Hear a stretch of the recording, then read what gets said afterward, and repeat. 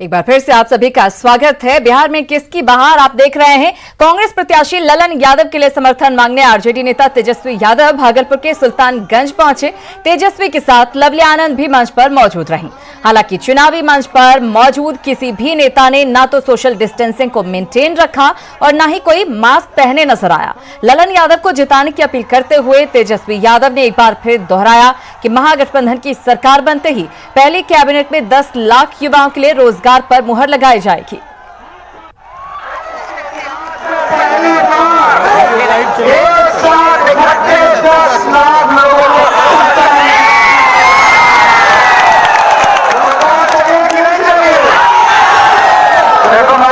सरकारी नौकरी लगेगा तो हमारे नौजवान के अच्छा जगह बिहार भी होगा। बाबूजी लोग का मातानी का बुढ़ापा का सहारा बन जाएगा, इलाज करना पड़ेगा। फॉर्म जब भरिएगा तो 5-5 रुपये लगेगा ना, माफ कर देंगे। परीक्षा केंद्र में जाने का जो भाड़ा माफ कर देंगे। बुजुर्ग लोग है दीवार के किनारे बड़ी उम्मीद और आशा के साथ लेकर बताइए वो वृद्धा पेंशन मिलता है समय पे?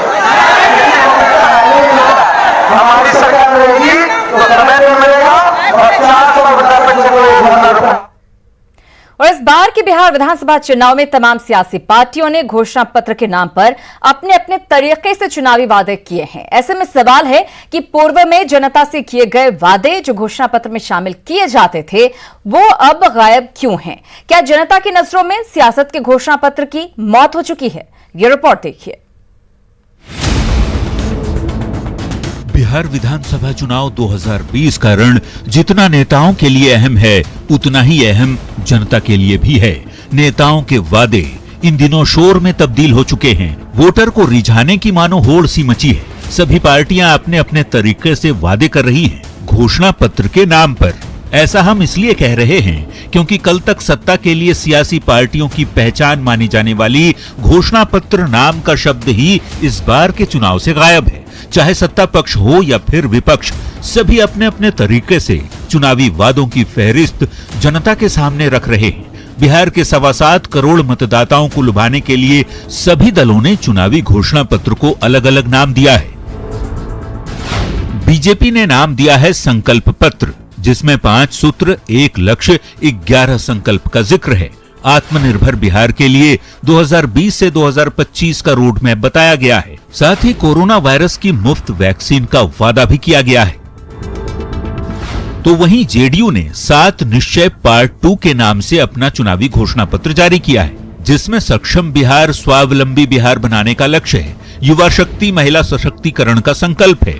हर खेत तक सिंचाई का पानी और समृद्ध गांव का वादा किया गया है। विकसित शहर, सुलभ संपर्क और स्वास्थ्य पर भी जोर है।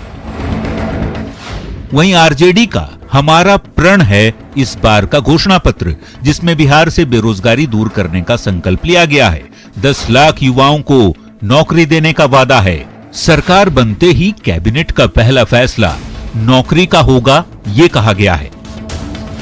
तो कांग्रेस ने अपने बदलाव पत्र 2020 में 10 लाख नौकरियां, कृषि कर्ज माफी की बात कही है। साथ ही 1500 रुपये बेरोजगारी भत्ता, साथ ही बिजली बिल में 50% छूट का भी दावा है।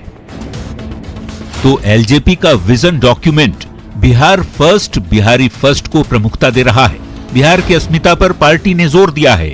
विजन में 4 लाख से ज्यादा बिहारियों के विचार लिए जाने का दावा किया गया है। जबकि आरएलएसपी का वचन पत्र शिक्षा व्यवस्था में सुधार पर जोर दे रहा है। हर जिले में नवोदय विद्यालय की तर्ज पर स्कूल खोलने की बात कही गई है। गरीब बच्चों को मुफ्त शिक्षा और भोजन, साथ ही हर 2000 की आबादी पर गांव क्लिनिक और शहर में वार्ड क्लिनिक खोले जाने का वादा है।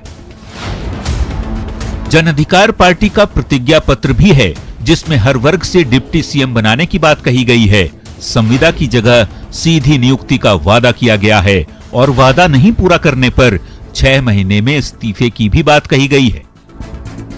जबकि हिंदुस्तानी अवाम मोर्चा ने अपने संकल्प पत्र में 5 एकड़ तक जमीन रखने वाले किसानों को मुफ्त बिजली का वादा किया है और कॉमन स्कूल सिस्टम और कृषि को उद्योग का दर्जा देने की बात कही है। तो सियासी पार्टियां आखिर घोषणा पत्र वाले शब्द से परहेज क्यों कर रही हैं? इसका मतलब चाहे जो हो, सियासतदानों की नजरों से देखें तो इसके कुछ और भी मतलब है। जैसे वादों को घोषणा पत्र की शक्ल देने से परहेज करना रणनीति का हिस्सा हो सकता है। संकल्प, विजन, निश्चय जैसे शब्दों का चयन जानबूझकर किया गया, क्योंकि नेताओं को लगता है कि चुनावी वादे पूरे नहीं हुए तो फिर जनता क्या कहेगी। पहले के वादे पूरे नहीं हुए, अब आगे की क्या उम्मीद है? ऐसे ही कुछ सवाल हैं जिनसे बचने की कोशिश सियासी पार्टियां करती नजर आ रही हैं, भले ही जनता की नजरों में घोषणा पत्र की मौत हो चुकी है। Bureau report, news 18।